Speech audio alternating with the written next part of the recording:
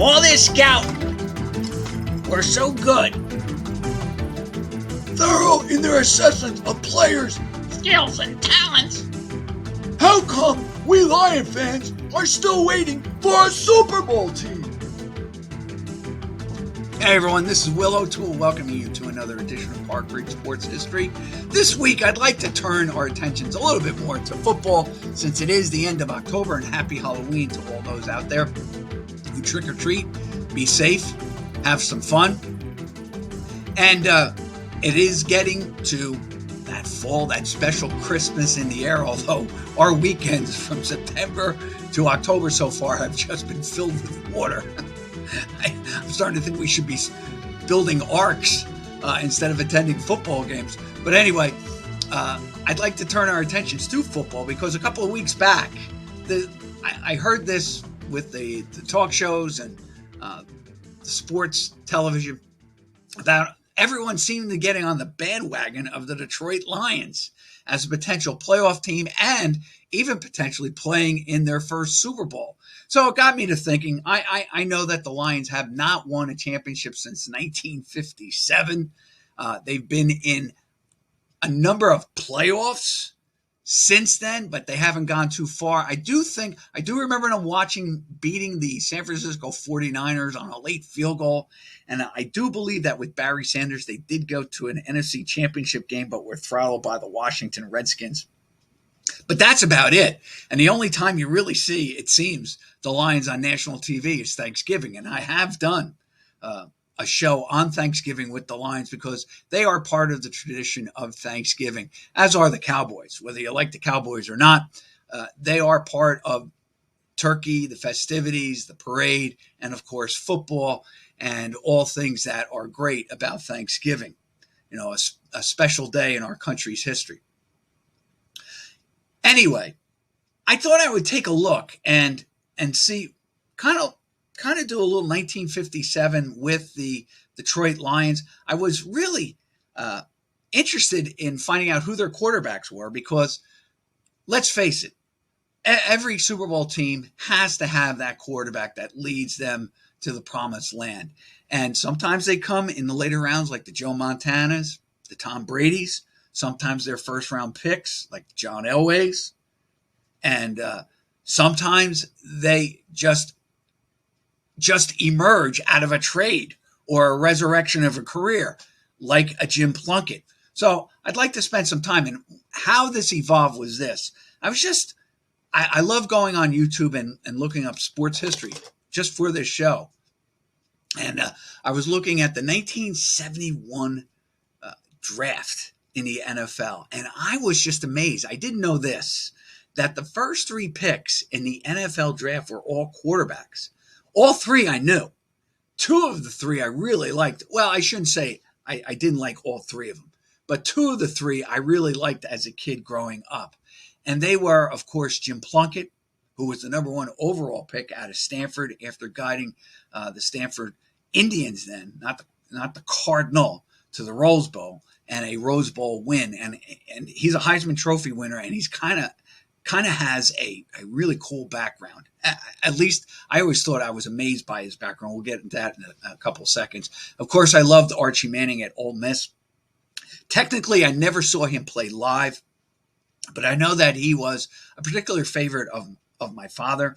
And I do remember this, SI having a story about him when he came back from a broken arm. And if you ever see the cast, it seems to completely cover his whole left arm and elbow. And he does lead Ole Miss to a Sugar Bowl New Year's Day appearance in 1971. And I do believe they beat Arkansas. They were in the old Southwest Conference. And of course, the last guy who came from not a big time school, but he came from Santa Clara, but had a pretty good career and never knew this. Dante Pastorini, who was chosen by the Houston Oilers, who I rooted for when I was a kid. I like the Oilers. I love their uniforms. I love the white helmets, not the gray ones. And I didn't know this. He was the first one to wear a flak jacket. So he is actually given, I guess, credit for being the first quarterback to don a flak jacket. I don't know why more aren't wearing them. Usually, Dante Pastorini donned it when he got hurt. His ribs were being pounded each week, man.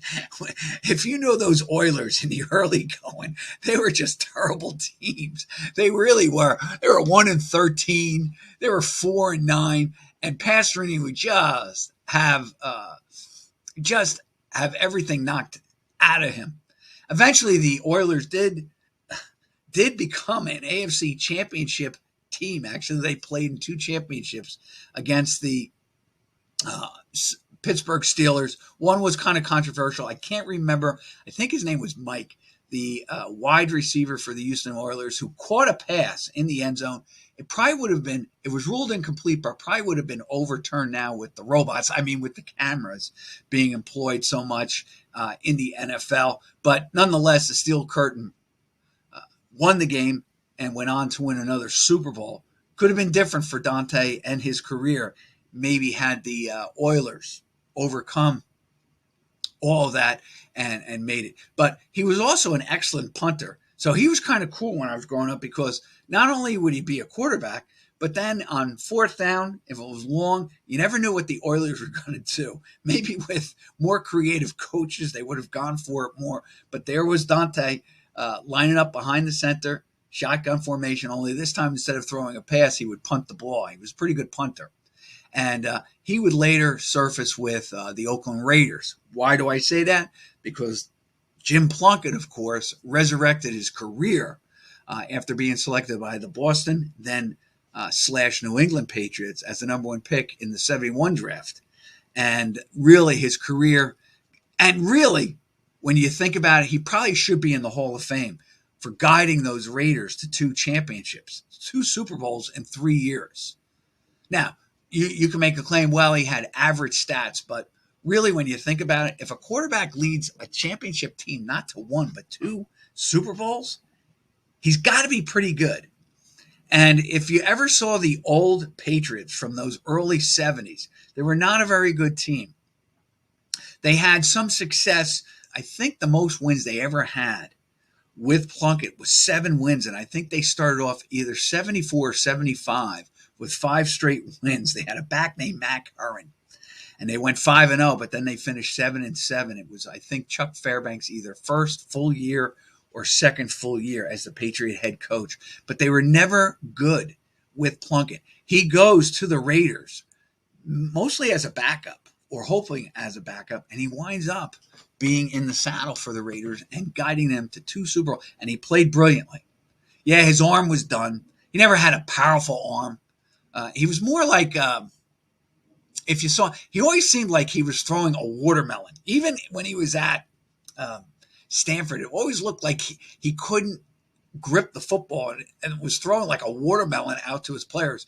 But he was consistent. He was a winner, and he was a Heisman Trophy winner to boot. And the cool thing about him is I remember watching the Rose Bowl that he played and beat Ohio State. It was a huge upset. And the following year, with another quarterback, Stanford would upset the Michigan Wolverines. But this one was really a great game. It was a nail-biter. It was one of the few Rose Bowls that I did watch. I was not a Big Ten fan. I was not a Pac-8 fan. But, and of course, everybody always watched the Rose Bowl because it was at prime time, 4 o'clock in the afternoon. Nevertheless, all of my own prejudices and biases, it was a great game. And what I always thought was cool was that Plunkett was Mexican-American. His parents were both legally blind. And when I was looking just to make sure about this, I always thought his father ran like a grocery store. Like, think Dobie Gillis from those old TV shows. Had like a little mom and pop grocery store. But he actually was a vendor. And he was blind, and his mother, Jim Plunkett's mother, became legally blind. She lost her eyesight as she got older. But both parents were deemed legally blind when Plunkett was just a youth. And then now he's in college, and he's guiding the Stanford. So he had a great story, to be a Heisman Trophy. Plus, it was the first time that Stanford had been in. This is 1970-71. I think it was the first time they were in the Rose Bowl in about 30, 35, maybe even 40 years.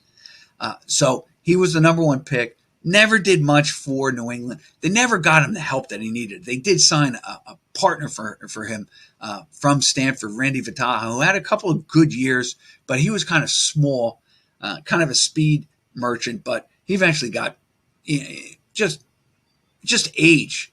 It's amazing. You know how they have a dog life and it's like 7 human lives? I am sure there's a football life that every year you play, you probably age about 10 years in the NFL. And, you can get old real fast. Remember, the average, I think, career in the NFL is about 3.2 years. It's not even as long as a college career for a Division I player. Anyway, he was number one. Number two is Archie Manning. I didn't know this. Archie Manning's father had committed suicide. His business was not going well. Archie would come home for the summers. His father apparently committed suicide, and Archie thought about not returning to Ole Miss, I think, for his senior year. And he was convinced. He thought that he would have to shoulder the responsibilities for his family. I think he had 2 sisters. But he does go back to Ole Miss, and it is kind of amazing. He does lead Ole Miss to the Sugar Bowl, which the funny thing is Eli, his son, does years later. But as a kid, I never thought what a big move or what a tremendous achievement that was for Ole Miss, because I'm always thinking, wow, they're playing in the same league as Alabama. They're big time. But you have to know this. If you've been watching college football long enough, you know that there are power elites that just have a long-standing tradition of just being great. And then there's, I hate saying it, but there's no other way to say it. There's like the also-rans in all of these conferences. Every once in a while, they get those glory years where they really do well and they shine and they can supersede the perennial powers and get to their promised land. For the SEC, it was the Sugar Bowl. For Stanford, it was the Rose Bowl, because usually as a kid, it was always USC, maybe UCLA occasionally, but it was mostly USC. And from the Big Ten, now they did have a rule, and this is why Michigan State didn't go in '66. You couldn't, as a Big Ten member, even though you won the championship, you couldn't go in consecutive years. So it had to fall on somebody else. Nevertheless, I just remember either it being Michigan or Ohio State for the Rose Bowl. It was always like Ohio State, USC. So those two quarterbacks really achieved a lot for their schools in getting them some publicity and just leading them to some great years that really they've been few and far between since then. I know that Stanford a few years ago ranked as high as 5th in the nation, but they've been on some tough times lately. It's seen as an academic school. And of course, Ole Miss, really, when you think about it, Ole Miss has a in-state rival in Mississippi State, who plays in the SEC. And they've had some other teams there, like Southern Miss. Now, they're not in the same echelon as Mississippi and Mississippi State, but they do, are able to recruit some players that would probably be great fits at the 2 SEC schools. So it's been kind of tough for them, Mississippi. And then, of course, Santa Clara didn't play Division I, or what we consider Division I. So Dante Pastorini was really probably scouted. And he does wind up with the Raiders later in his career, but he's all banged up and beat up. But maybe had he played, I always think of this, if you could reverse the fortunes of teams and have Dante Pastorini be, let's say, the last ingredient on a championship team, that is, have Earl Kimball already established there, have a pretty good defense already there, and now Dante Pastorini is your piece that you're just waiting to develop as a rookie and then sophomore, how different his career might be. And then if the team fades at the end of his career, you would understand that. It's kind of like this. And I was telling this to my kids the other day, when I was growing up, Pittsburgh was a terrible franchise. It was horrible. I've said this before on the air, but they were a horrible franchise Never won. I just always remember him seeming to be like 1-13. Then, of course, they get Chuck Nolan as their coach. They get Mean Joe Green, and they get Terry Bradshaw. And they win, I think, 5 games in their first full season together. And then by 72, they have the Immaculate Reception. By 73, they're still second dog, or, they're still the lower echelon of, let's say, the Raiders and the Miami Dolphins. But by 74, 75, 76, they are the dominant team in the AFC. And the funny thing is, they've probably had more winning. I know that if you grew up now as a Steeler fan, you know nothing of their terrible existence. It's kind of like being a Yankee fan in the 60s and knowing that the Yankees, to you, were always good in the 40s and the 50s. And then to have them go bad in the 60s was just couldn't believe it. When you realize that the Yankees, before Ruth, were really a terrible franchise. Anyway, let's get back to our other thing. So Dante Pastorini, like Plunkett, they do end up on the West Coast. They do play in the Bay Area. They do both play for the Raiders. But unlike Dante Pastorini, he's unable to lead the Raiders to any kind of Super Bowl win. Plunkett, of course, returns to the Bay Area, returns to California, where I think he grew up, and wins 2 championships for the Raiders. And they were good teams. And, Plunkett kind of symbolized everything about the Raiders. They always seemed to find players off the scrap heap or resurrect guys' careers. I think of John Mutuzak. I think of the Stork. Just Darryl LaMonica to a certain extent. You could George Blanda. All these guys that they took flyers on they had some history, had some of them had some, resumes that are, kind of tainted, but they gave him a second. Lyle Zato, they gave him a second chance, and they redeemed themselves for the Raiders and just brought them success and championships. Now, where does this all lead me? I was just looking real quick at the Detroit Lions. And so I gave you 3 examples of number 1 picks chosen in the first round.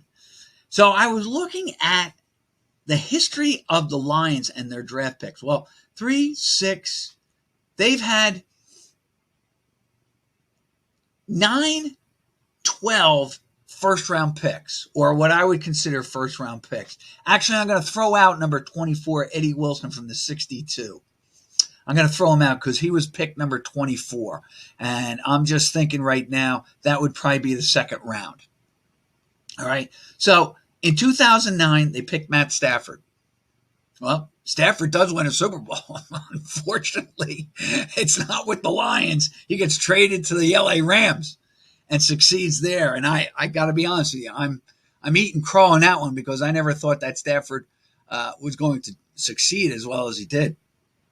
But kudos to him. He proved me wrong. Not that I'm an expert or anything. I just thought maybe he was just beaten up. And the times, to be fair, the times I did see him play for the Lions, I thought I was unimpressed. These guys are pros. They're great. And, they can throw a football through the eye of a needle. I'm not saying that. But I thought he made some risky and foolish gambles. And it seemed like I was always watching an interception at the goal line with him. And, of course, those are preconceived notions. It's anecdotal in nature. I really don't have any proof. Just a couple of games that I saw him play.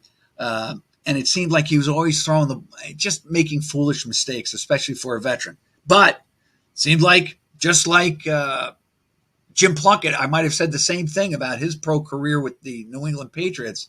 Stafford, like Plunkett, gets traded to the West Coast and immediately leads a team to a championship, what he did with the LA Rams. Then I forgot about this. 2002, you're talking about 2 decades ago. Joey Harrington, who was touted for the Heisman, and so was Stafford. Joey Harrington, who was touted for the Heisman, I think he finished 3rd. I remember that Nike had this big poster of him in New York. And because, of course, the connection between Phil Knight, Nike, and the University of Oregon. And they were touting Joey Harrington. Had a great career with Oregon, no question. but never that career never materialized in the NFL. Now, to talk to scouts, maybe he just didn't have the overall ability that he did in college. Remember, you got to the pros, and the guys are a little bit quicker, a little bit stronger, a little bit faster, a little bit smarter, a little bit more aggressive. And the game is just so much faster. And maybe that was Harrington's problem, that he couldn't adapt as well as I thought. And Andre Ware was third pick. He was chosen number 7 by the Detroit Lions. Andre Ware, 1990 Heisman Trophy winner. He was selected. He only lasted 4 seasons. He only played 14 games for in the NFL. I'm not sure they were all with the Lions, but he's now a pretty good broadcaster. I've listened to him. He's interesting. That Houston team, though, I just remember this. All I'm going to say is this. I wasn't too high on Andre Ware. They had played Miami in an early game in September, and it was being hyped. And it was just one of those times where you just know one team is just going to throttle the other. And I watched Miami just totally decimate their run-and-shoot offense, demoralize them. And Andre Ware, I know he wins a Heisman, but that night he was just totally that whole Houston Cougar team was destroyed by the Miami Hurricanes. Chuck Long, 1986, a GCP, and everyone knows what we mean by that, a good college player. I think he's become a coach either in the NFL and maybe in the colleges. He had led Iowa.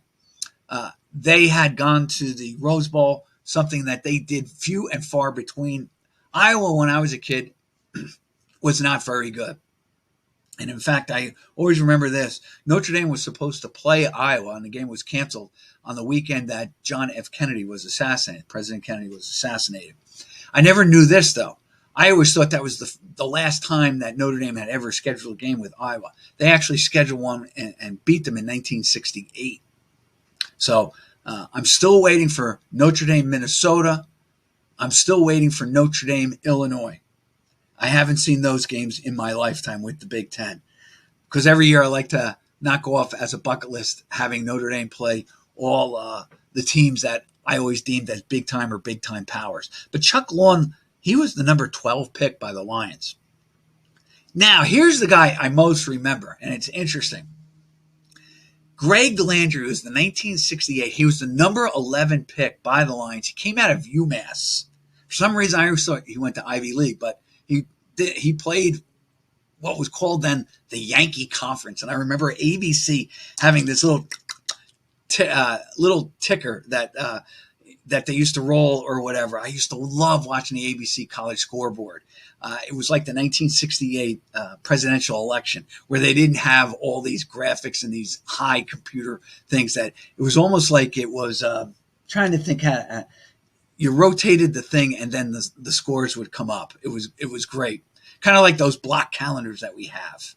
And I remember that Massachusetts, Connecticut, Rhode Island, New Hampshire, they all and I think Maine, because I don't know whether Vermont had a team then. I know they don't have a D1 team right now, but they would all form what was called the Yankee Conference. And I guess it was at that time maybe a rival to the Ivy League, because the Ivy League had, the teams in the same area. But Landry comes out, he does, and I didn't realize this. I was looking at the 1970 Lions, and Greg Landry takes over for an injured, trying to remember his name now, Bill Munson, on the 70 Lions. Now, Landry, I think, was touted, obviously a number 1 pick. They thought a lot of him. And he basically guides, I think the Lions were 5-3, and Munson goes down with an injury. And I do believe that Landry wins 5 of the last 6. Now, they couldn't beat the Vikings to save their lives that year, but they finished 10-4, had a great offense. And they go to the playoffs. And that's really the first time since 1957 that the Lions go to the playoff. And that year is one of the years I do remember watching, maybe not the entire Thanksgiving Day game, because my brothers and I would always attend my dad was a principal. So we would go to the annual Thanksgiving game.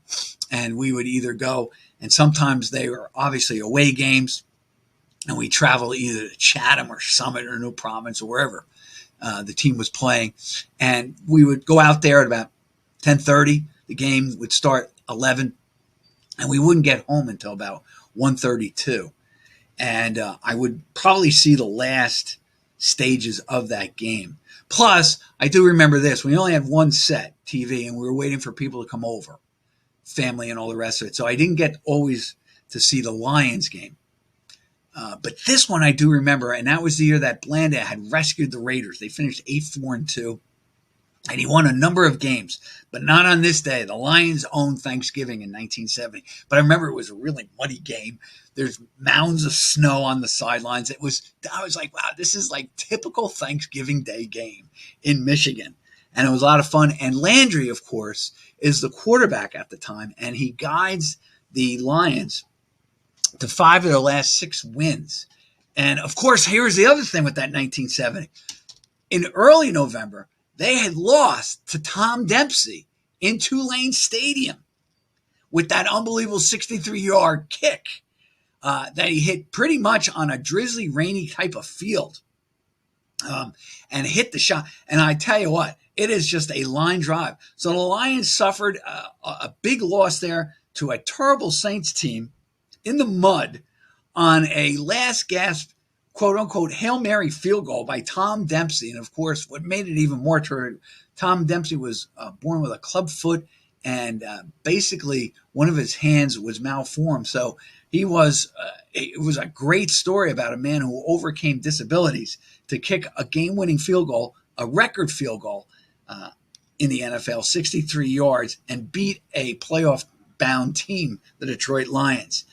Then, all right, so Landry lasts. I couldn't believe he lasted 17 years. Well, he goes from 68 to 84.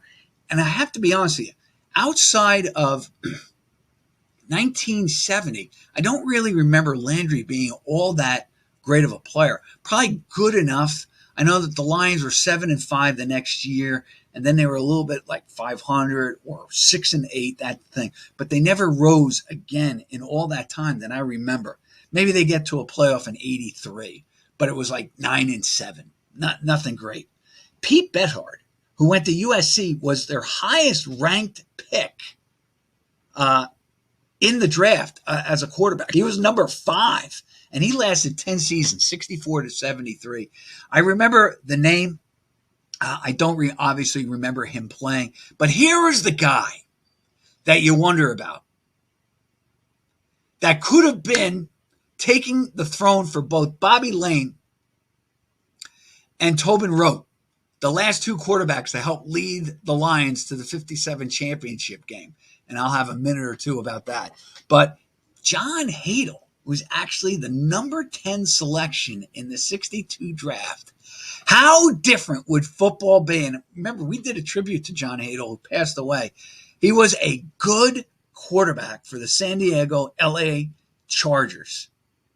Led them to a championship, did go into 2 other championships, all right, and actually played in a championship game against this quarterback, who was also chosen by the Detroit Lions, but not in the first round. He went in the 17th round. He was pick number 203 in 1957 out of Occidental. Jack Kemp, who would later play for the Buffalo Bills and lead them to a championship. Can you imagine? You could have potentially, in 57 and 62, have both John Hadle and Jack Kemp on the sidelines for the Detroit Lions. But to get even better than that, 1949, how does this all come back? John Roush, who I believe was the Stanford coach when Jim Plunkett played in the Rose Bowl, was also chosen by the Lions. He was their number 2 pick, their highest ever, but that was 1949. And he was out of Georgia. He lasted until, he was 1949, only lasted until the 1951 season. He was actually number 2, so I take that back. Pete Bethard was number 5. He's number 2. And then in 48, ready for this, with the 6th pick, he goes to the, I believe, AAFC. Y.A. Tittle was selected by Detroit and doesn't go to the Lions. Instead, he goes to the expansion or the rival league, the AAFC. And of course, he winds up playing with the Giants, leads them to a couple of championship games, never wins. But of course, there's that famous picture of him getting hit, helmet off, and there's blood streaming from his fast balding head like mine is right now. And then the last guy, probably one of the great winning quarterbacks of all time, sometimes many times overlooked, but a great quarterback. And actually later goes on to head coach the Coast Guard Academy, because I saw it on a Tell the Truth on YouTube. You got to see that. It's a great one. Otto Graham was on To Tell the Truth, and he stumps the panel. I think there were 3 wrong votes in that particular one. But in 1944, Otto Graham was also selected by the Detroit Lions, number 4. And of course, he played until 1955 and won with the Cleveland Browns in the AAFC. And then the Northwestern graduate wins in the NFL when Cleveland comes over as well. Now, to make my last point, in 1957, and this is the irony of it all those guys who they picked have never won a championship for the Lions. Guys who they traded for won their last championship, and they were both on the same team. Bobby Lane and Tobin Rote. Yeah, he's related to Kyle Rote. I think they're cousins, okay? Bobby Lane, though, was originally chosen by the Chicago Bears, but Chicago already had Sid Luckman and Johnny Lujak. So he was only going to be number 3 in the lineup. So he wanted a deal. And he was trying to engineer a deal to Green Bay. Of course, George Halas, coach, owner, GM, was having none of that. Finally saw and didn't want him to go to the AAFC. And certainly didn't want him going to the Chicago Cardinals, the franchise that was, that's their original city, that the Cardinal franchise, which is now in Arizona, where they originally were. Did not. So he sent him to the New York Bulldogs, who lasted exactly 1 year with Lane. Then they basically became defunct. They might have merged and all the rest of it. I'll do a little bit more on that later on when I become more expert, quote unquote, or more researched on it. But Lane then winds up. The Bulldogs trade him to Detroit. He breaks his ankle in mid-season for Detroit.